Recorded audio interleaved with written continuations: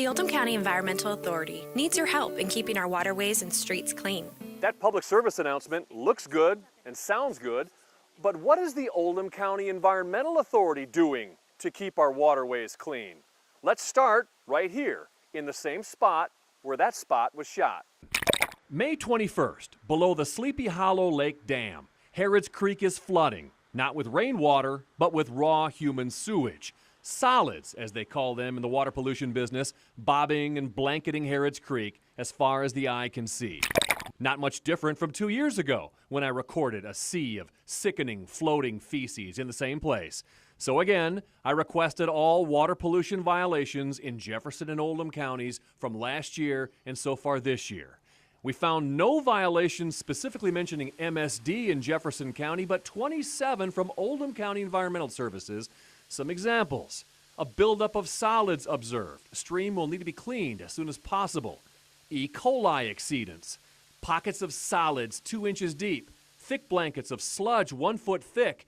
And the inspector could not see an end to the impact. And these are just the violations that were cited.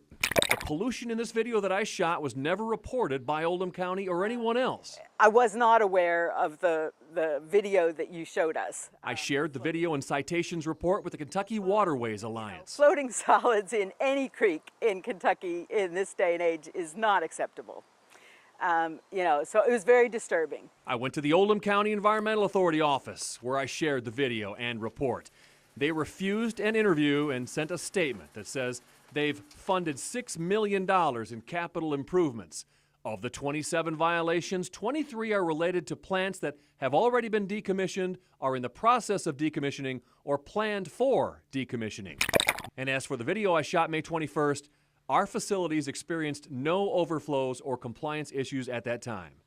So what's the risk if you're in water like this?